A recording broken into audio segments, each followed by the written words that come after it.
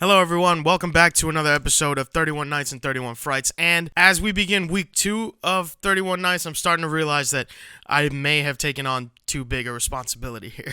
I'm a father of 2 with a full-time job, and watching a full-length movie and writing a whole review, shooting that review, and editing all of that every single day gets really exhausting on top of all the other shit I gotta do. And I know you're like, but Rainey, there's a whole team here. What about the rest of the Hearse? No, I took this on. This is my project. It's my responsibility. So this week, just to get ahead of the curve, I'm watching 10 short films from the YouTube channel Alter, a horror-based channel that produces some of the most quality short films I think I've ever seen. Their catalog is extensive and covers a decent range of subgenres. I had never seen anything on this channel before, never even heard of it, so that kind of did away with my problem of trying to find movies on like Netflix and Hulu that I hadn't seen already. I just typed in short horror movie in the search bar on YouTube and there it was. I won't include much B-roll in some of these films because they're really short and showing too much of them would basically give away the whole thing. So I'm going to put posters or promotional material right here as I speak for the most part.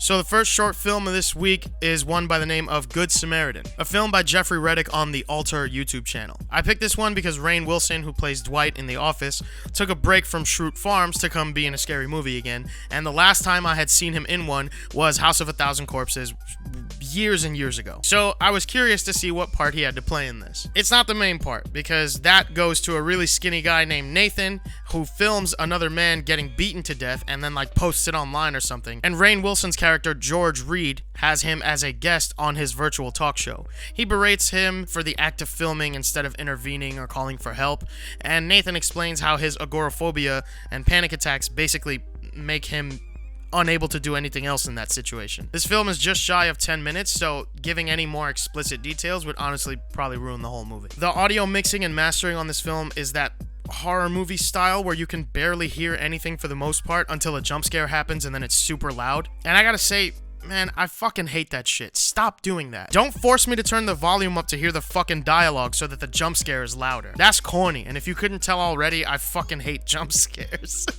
It's your pretty standard ghost story with some pretty decent composition and sound design outside of the volume thing. Like 90% of the film takes place in Nathan's house, and the agoraphobia thing is a really clever storytelling element to help keep the film grounded. It's got some spooky visuals and builds a pretty convincing atmosphere, honestly. But the fact that the dead guy's ghost is haunting the guy who filmed the attack rather than the guy who actually killed him is kind of silly.